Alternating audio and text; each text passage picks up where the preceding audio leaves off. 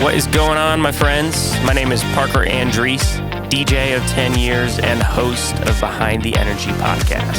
I've been able to meet some pretty awesome people along the way, and we're bringing them on here to go behind the energy, sharing their stories, lessons learned, and shine light on some of their major milestones.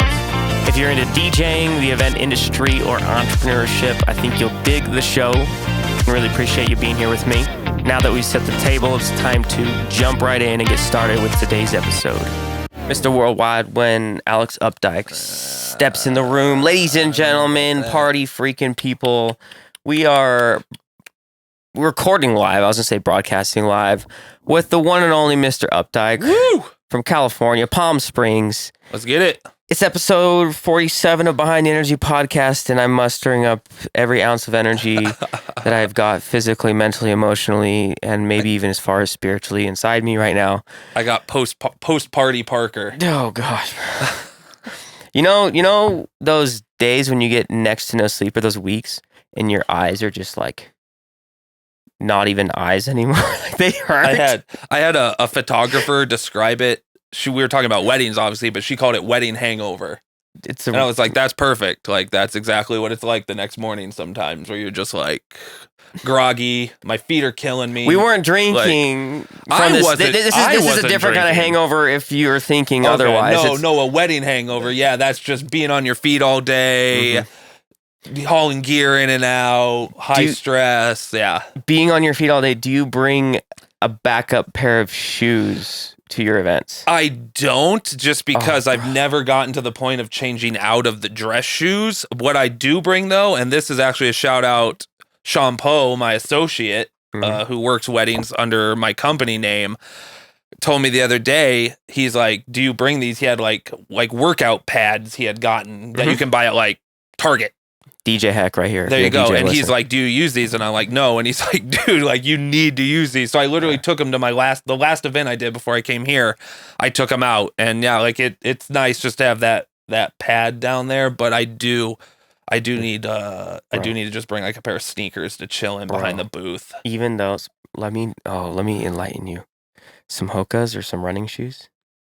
As soon as they do that send off, bro, you just go get those puppies on. And you could go for another 4 hours. Oh, I don't know about that, dude, my dress shoes are is the bane of my existence the right term? Okay, yeah, bro, oh my gosh, if I have to be in those for more than like 6-7 hours. I do like looking good at a wedding, though. I will give you that, but man. When the guests are gone and you're cleaning up, bro, dude, this literally like restores my sense of well-being. Okay, fair enough. Sorry, we totally jumped right into it. Taking a little jump back, this is episode 47, and it's a unique episode because Alex is in town. He's in the SLC from Palm Springs. First time spending time in Utah. I've driven through it. Yeah. Alex and I met at Mobile Entertainment Expo in February this year. Or also known as MEX or Mobile Beat. Shout out Cameron Reeve. He was the one who got me to my first Mobile Beat. Cameron, Reeve, Cooper, Brown, and Jordan Nelson. Those are some OG homies right there. But they got me to the first one, and then we went again this year. And that's where I had the opportunity of meeting our guest, if you're watching, if you're listening, Alex Updike. Alex, we connected not only mixing in your hotel room, but also I think one of our first real conversations was at like 1:30 or 2 in the morning at the buffet in the casino hotel. That's right. Like we were, Eric, I can remember seeing Eric just across the table, just like so exhausted, but he was, I think he got like chicken tenders or something. Dude, this is some DJ stuff right here. Eric Miner, and Brady Mack. Yep, Brady Mack as well. Yeah. Yes, sir. But yeah, that's just a little context right here. Any other, a little more context. You were performing, you had advanced in like the DJ competition to perform and play a set at one of the MEX parties. Yes. So when we were mixing in your hotel room, we were having fun, but also you were giving us a little preview of what you were chefing up. I was. So, I mean, those conferences are obviously great for networking and meeting new DJs and just being able to network and connect with those guys. So I remember I had my turntables with me because I knew I was going to want to set those up in the hotel room and work on my set because I was at the closing party. So I had the entirety of the 3 days. Did you fly or drive? Sorry. I drove because that was just Palm Springs to Vegas is an easy drive. So I just drove I took a little speaker, not a little speaker. I think I took like a 12-inch EV. Like I took a speaker and my turntables and hooked those up. But I was like, you know what? I'm just going to let DJs know, like dude, this like Wednesday afternoon, I'm going to hook the turntables up in my in my hotel room. If you want to come by and mix, like, let's get it.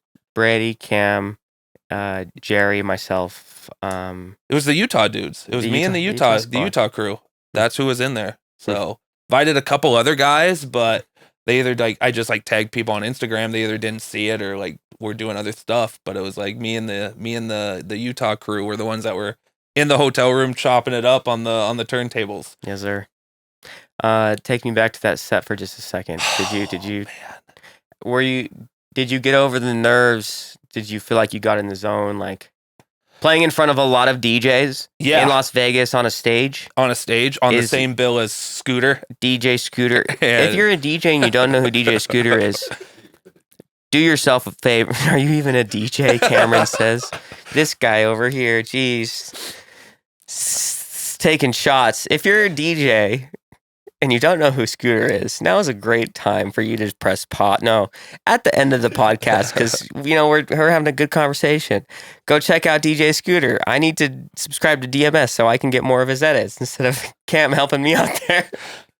Yeah. So sorry, very intimidating. You're on a stage in front of anywhere from 50 to 250, 350 DJs from across the country and even outside of the country. Yeah, including and Scooter's headlining. Yeah, Scooter's headlining. Drew and Fuse are sub headliners. Yeah, dude, I enjoyed their set too. Joe Bunn is at the conference.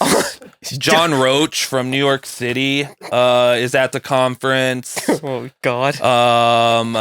DJ Demand is there from SCE. He's I don't think he was there for my set, but he's at the conference. Yeah. Mike Villa was from the Social Vibe is on the lineup. Yeah. It was a incredibly unique set. I've never done anything like that particularly. And I planned my set song by song and this is what I want to do. I want to do this tone play. I want to do this word play. And I almost wish my biggest advice, if you're a DJ where you're getting thrown in, because I was the opener. So I'm not at the level of those guys, recognizable name or anything like that. It's just, I don't even know. Shout out to Chi-Town Shaney, who was the one who put me on the lineup. To this day, I don't know why she picked me. I told Cam, I was like, I don't ask questions I don't want to know the answer to. She put me on the lineup. I'm stoked. That's good enough for me. But I think my biggest advice would be to not put so much stress on yourself like I did. I wish I had forced myself to relax a little bit more and just let myself DJ. Instead of being okay, here's my point coming up where I want to bring in the next song and do this transition and I'm going to do this and this and this. And you almost psych yourself out because you think too much about it because you want to do such a good job. So no, the nerves were there pretty good, for the most part, throughout most of the set. But I think part of that is because I had structured it so much instead of allowing myself some ability to just say, okay, I've done this 100, however many hundreds of times, give myself some flexibility and just let myself get in the zone. I wish I had done that a little bit more than trying to structure it so much to the point where the whole set I was thinking. If that makes sense. It makes complete sense. Yeah. I want to dig a little deeper.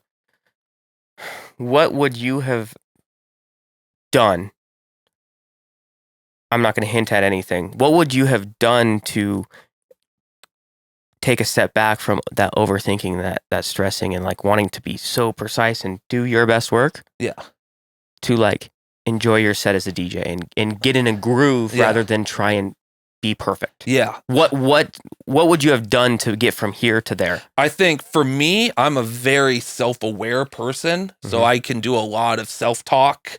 And so if I think I had just made myself just take a deep breath and be like, Alex, just relax and let it go, I think I could have just told myself to do that, but I was letting myself be so uptight because I wanted every single transition to be perfect. So I think if I had just literally told myself, relax, it's okay, let yourself just get into a groove, let your mind relax a little bit, I could have just done that. Interrupted that thought process of nervousness and like overthinking. Yeah, and reshaped it and redirected it. Yeah, exactly.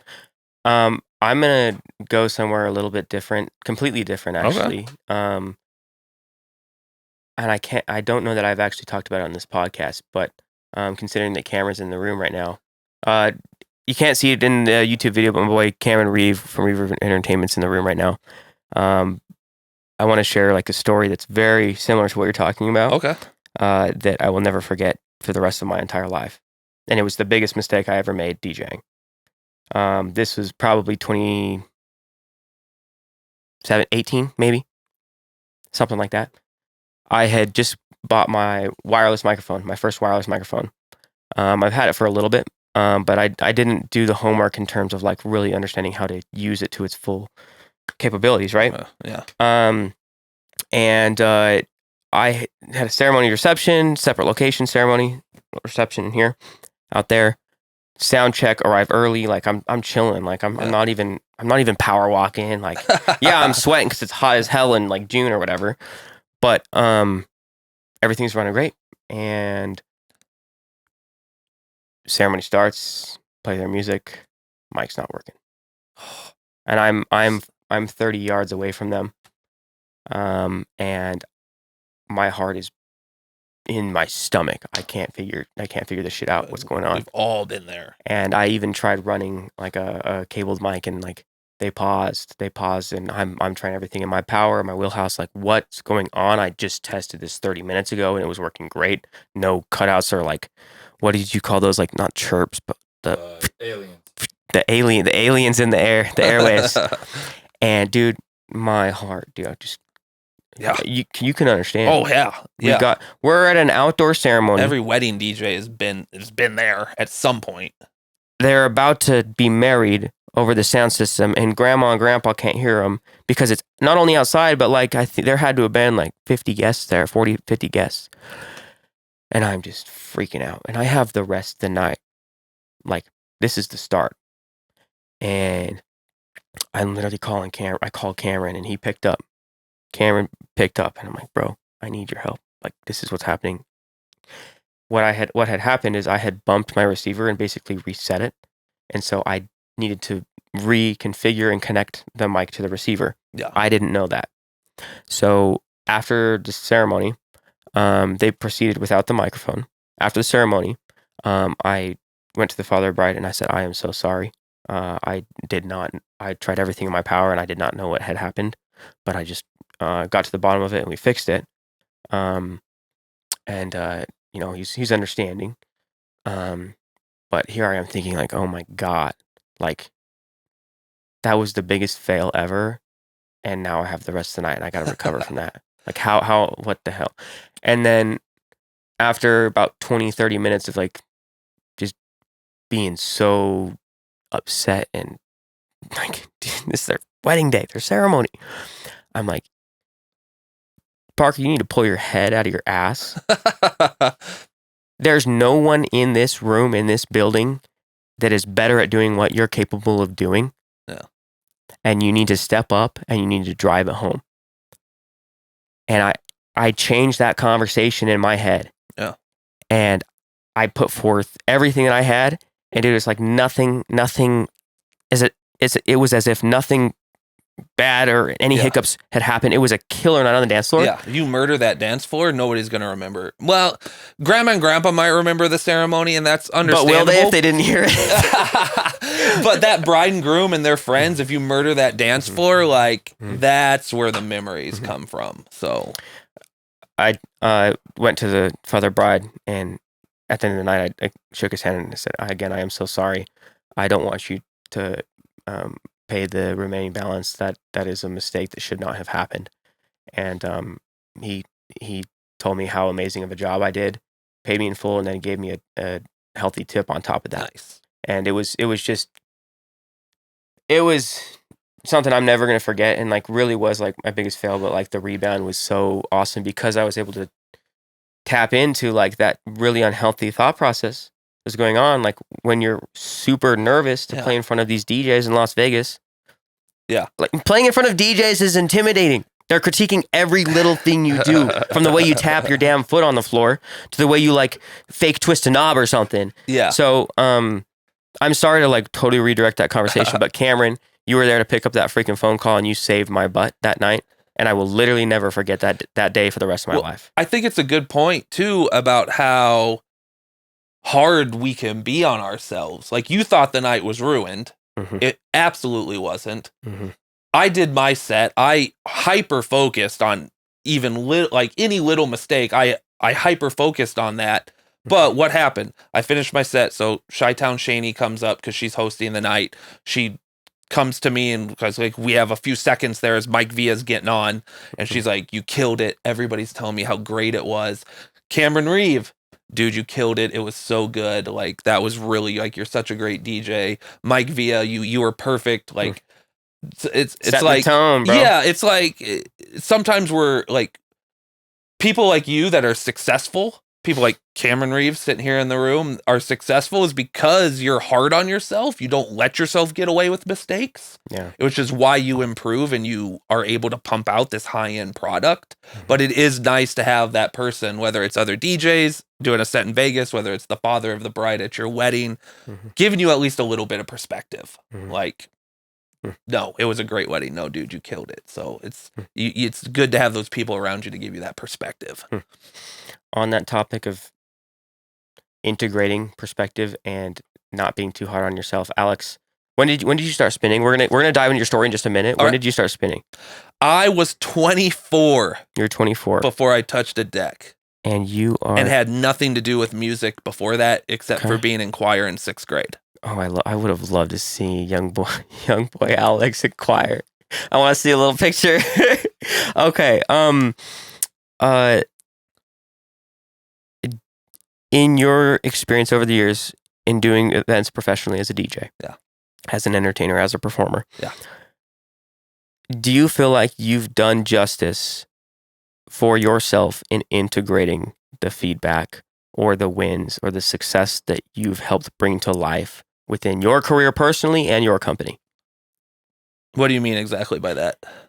Do you feel like you've accepted and grown with the success that you've made happen?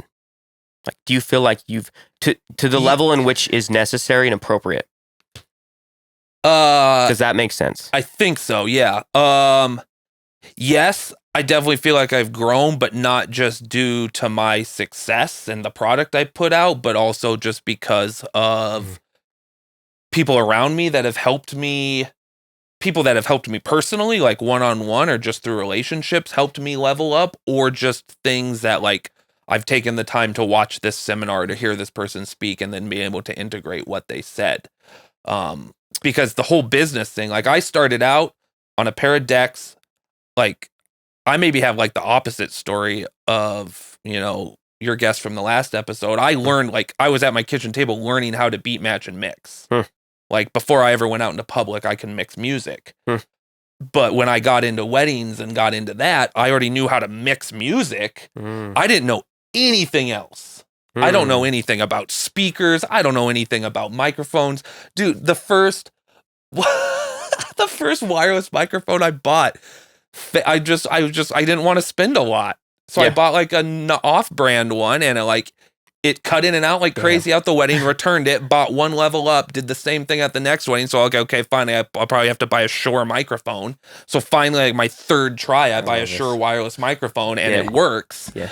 But it sure does, baby. It sure does. That is not a sponsored ad yet. Yeah.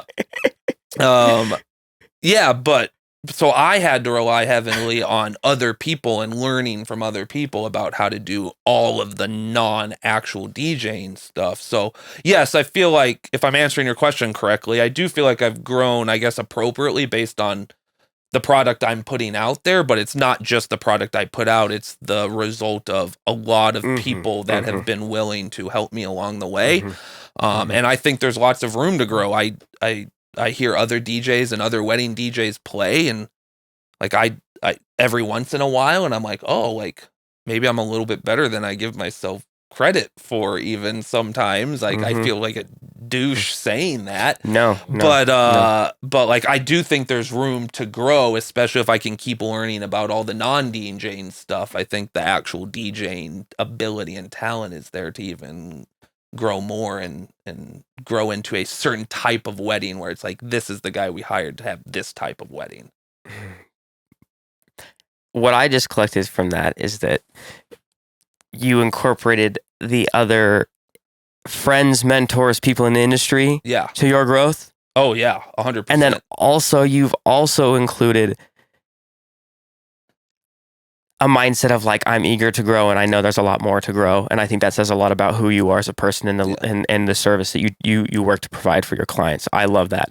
I asked that question just from like a personal lens. Again, Cameron asked me this question a couple years ago. He said, Parker, what's holding you back the most in your DJing? And my answer was myself. And that's doubt. That's not, that's lack of confidence. That's the overthinking. 100%. And, with that lens, I'm just, kind of coming in like, are you accepting the wins that you're making happen with the support of others? And it sounds as if you are. You're moving forward with confidence. And as you accomplish that really, really, high caliber event, you're like, wow, I just did that. Yeah. I'm capable of doing that and more. Yeah. I'm trying to. So I've always been really hard on myself. I grew up as an athlete. So all through high school. High school, I played mainly basketball and baseball with a little bit of football. And then I actually went to college as a baseball player. I didn't play all 4 years, but I started out in college as a baseball player. My dad was a coach before he even had kids, and then obviously coached for me and my brother as we grew up. And that was always one of my things, even as an athlete, was like, dude, you got like, you hyper focus on your mistakes instead of being able to move forward. And I find myself doing that as a business person and even as a DJ. Like, you make a couple mistakes, whether it's musically or whether I have a ceremony where the mic's cutting in and out a little bit, and it's just like, maybe I don't deserve to be up here. Maybe I'm not good enough to be able to do the higher end stuff. And so it's about finding that balance of like, okay, you want to realize the mistakes you make because then you can fix them, but don't hyper focus on them so much that you're like, I don't deserve to be here. Like, make the adjustment, learn from the mistake, and then be able to move forward. This is solidifying for me like that level of self-awareness that you've got. I think that's definitely serving you, yourself, your business, and your clients better than potentially others. I hope so. That's a strength that you've got. They know they're at least bringing in a DJ that realizes like this is areas where he can improve, and he's working to improve it, whether that means buying better equipment, learning how to better use the equipment you already have. Sometimes it's not always about buying the shiny new piece of gear. Yeah. This is a mini Cam Reeve episode, apparently. Yeah. Seriously. I had a Zoom conversation with him a couple weeks ago. I was like, dude, I want to improve how I do my ceremonies. So we had a Zoom conversation. And he showed me, this is where I set up speakers. This is where I set myself up. Bro, this I had an in-person. Why? Sorry. Sorry. But like just little things like that. I didn't necessarily need to buy new equipment. I just needed to better utilize the equipment I already had. So what do? I'm going to talk to somebody that knows the audio, the AV aspect of it better than I do. And he's going to help me out. And now I do my ceremonies differently. My speaker placement for ceremonies now is completely different because of that conversation, and it serves my clients better. If you're not a DJ or not in the music industry at all, you're probably thinking like, your speaker placement, what the hell? But like, it actually makes a little bit of a difference. Yeah. And I mean, that is something I had to, something even with receptions now. Is the best place to put your speakers one on each side of your table, or do you need to spread them out a little bit? Do I need auxiliary sound? I learned how to mix, and then I did for a year. I was doing party bars and stuff like that. So I learned how to mix music and DJ, but it was like plug into this system and then go. Like all the other stuff I've had to like learn and get better at. So that was a really good transition point because I want to talk about your story now. Cool. I've genuinely loved where we've gone with this mini episode 47.1 Cam and Reeve edition type ordeal. But I want to talk more about your story, Alex, in terms of let's do it. In terms of the inspiration in early days of learning to mix, because you started as someone. Do you have the T-shirt or the bedroom DJ? Is that no? It's on underneath. Oh, it's underneath. Okay, I got the humble overhype sweatshirt on, but that's also very applicable from what we've been talking about too. The world famous bedroom DJ T-shirt on under it. Shout out Mike Villa. Bedroom DJ, learning the transitioning, the timing. Back to previous episode. Yeah, the timing and building the energy and like fluctuating back and forth. Before you got into like the gear and like doing private events, doing clubs. So tell me, let's take 5 or so minutes and let's talk about like the growth in terms of like day one or that initial inspiration to, a couple years on. I love this story. So my whole family on my dad's side is athletes, athletes, like all of them, most of my cousins, on my dad's side, and that's the main extended family relationship, especially I had growing up, was my dad's side. So me and my brother were both athletes through high school. I went into college as a baseball player, got cut after my freshman year, transitioned into theater, which has been extremely helpful as an MC. That's just a whole different story. Did a lot of theater in college, and even as a young adult after graduating, did a lot of theater. But essentially moving into from that then into DJing, I was sitting at my parents' kitchen table. I was living at home after graduating from college with a 4-year degree, but no idea what to do with it. Sitting at my parents' kitchen table, and I ran across digital DJ tips. Really? Digital DJ tips. Do you listen to the PhDJ podcast? Yes.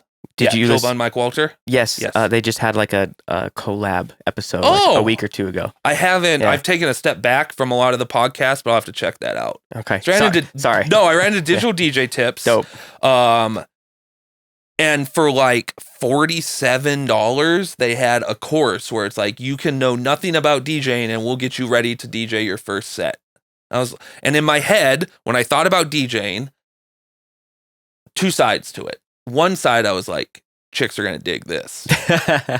And the other side was like, there's a lot of earning potential here with a low overhead. So it's almost like a left brain, right brain. I remember you telling me this in Vegas. Yeah. So one of those turned out to be true, and I own my own business. So you can and I'm still single, so you can guess which one was true and which one. Connect the dots on what was true and what wasn't. But those were my 2 thoughts. So I was like, I want to learn how to do this. So I remember I bought that course. I bought a Mixtrack Pro 2 controller. Okay. $200, I think. Yep.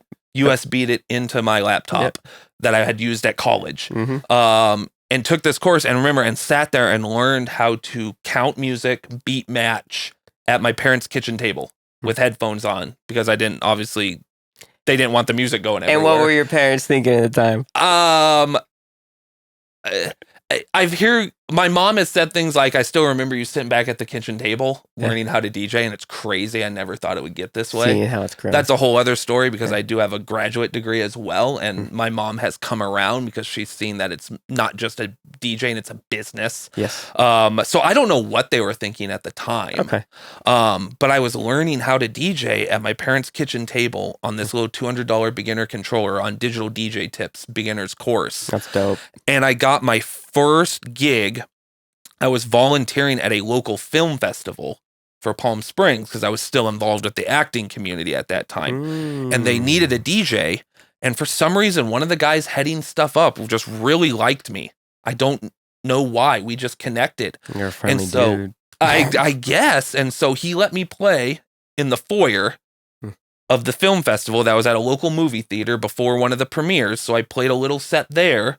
And while I was there, there was a DJ duo, a local DJ duo called the Deep Ones, that heard me, and they kind of had a collaboration of local DJs, and they would go around to all the different like smaller like party bar type areas and DJ.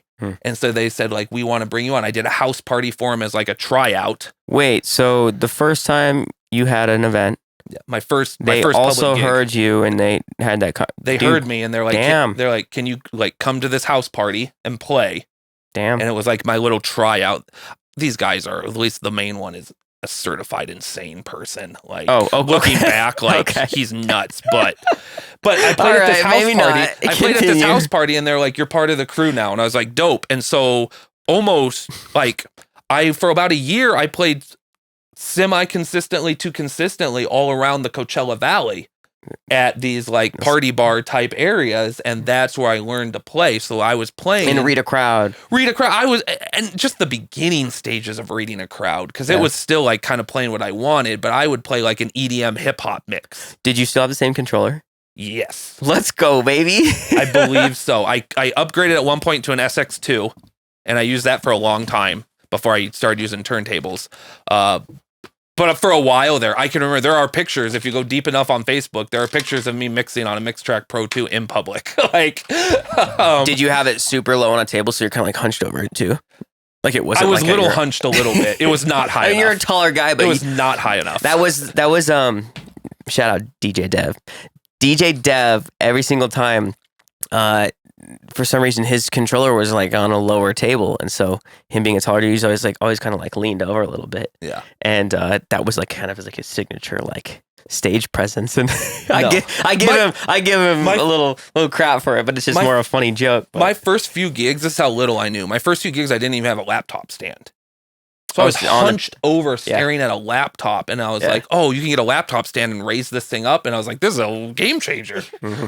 Like, my back isn't killing me half an hour into a gig. Mm-hmm. So I did those gigs for about a year. Mm-hmm. And then I got into weddings because I had a buddy I was doing acting with who had a friend who was getting married on a budget. And she was like, I heard you DJ. We're willing for you to be our first wedding, our first DJ. Or we're willing for us to be your first wedding. So they knew you hadn't done a wedding. They knew I hadn't done a wedding, but they were like, I charged $75 an hour when I started for weddings. Mm-hmm. So if I'm doing a 6-hour wedding, I'm making $450. And this is California for a wedding. This is California too. First wedding I did, 2 speakers, 2 at the ceremony, haul them into the reception afterwards. First wedding I ever did, set up my speakers. One of the 2 speakers fell over during the ceremony. Was there wind? It was maybe a little bit of wind, and I had like set the tripod on like a little hill because I was an idiot and I didn't know what I was doing. Did it? Fell over during ceremony.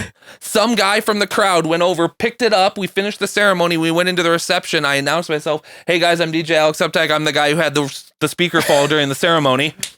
People laughed and we moved on. Like roll with the punches. And I started doing weddings from there. I had a girl that I kind of dated, also insane. You could see a pattern. We don't need at one point she was like, do you have a Yelp? I was like, is it free? And she's like, yes. So I made a Yelp, and now I don't get I get like 0 business off of Yelp. But at that point, dude, I took off. Because of Yelp?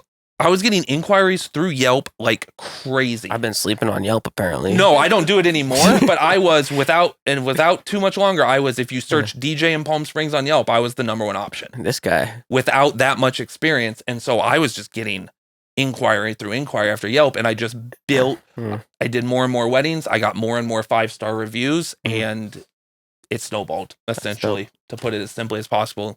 The rest is history. Just grew. I was keeping track at one point. How much have I made DJing versus how much have I spent on gear? Mm-hmm. So I was like, if I ever decide to quit, I know I've made more than I've spent. Mm-hmm. But at a certain point, I was like, I've made so much more than I've spent on gear to upgrade. I was like, at this point, we're good. And I just kept growing. At what point, like when did you recognize like,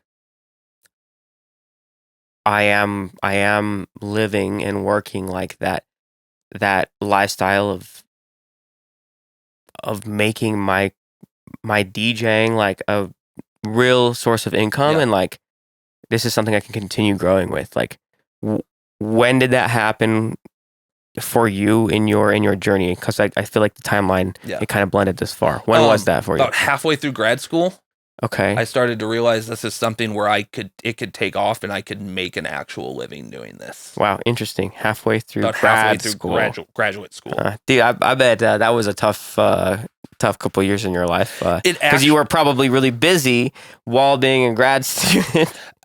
The little dirty secret about grad school is lots of times it's not even as hard as undergrad. Oh, bro, don't tell me that. I don't want to get tempted to go back to college. So it was actually nice to DJ during grad school, because the big thing about grad school is, at least for me, I was in education, you had to get a huge number of actual volunteer hours or intern hours. So people with regular 9 to 5 struggled because you have to be in the school system during the day. So they were having to take huge chunks of time off work. I was like, I'm chilling. I'm working nights and weekends. So I would just do my intern hours during the day and then DJ on the weekends. Sorry, what did you get your post-grad? It's a master's in education with a certificate or like an emphasis or whatever in school counseling. Certified school counselor. Okay. So this also like helps me understand Alex a little bit more, the friendliness, the connection, like that was the whole mom low barrier to like connection and being. That was the whole thing with my mom for a while, where she'd be like, "Don't forget you have that graduate degree." Like, okay, mom. And then she finally, realized this is not just me DJing. You're actually like running a business. Mom, I'm not just pressing sync and playing Fetty Wap That's on another repeat. hour of sync button DJs. No. Oh. Yeah. We will. That will be another episode. Shout out Fime, my friend Annie from back home, DJ Fime. She has very strong opinions about people who use sync. Fime? Fime. We would be friends and we'd have a great conversation. There you go. She's been on Michelle Miller's podcast, Queens Rising, Royal Queens Rising. Okay. So she's a little bit of a big deal down there in SoCal. She's growing. Look her up. She's awesome. House DJ. Yet another reason as to why we would connect very well. Alex, we were about wrapping up on time. We didn't even. So I wanted to talk about scaling the company, growing the team. I wanted to talk about like the threshold of like bookings and like maintaining a healthy balance. We didn't even talk about that. But I think an appropriate place to end, just where we're at in the conversation right now, is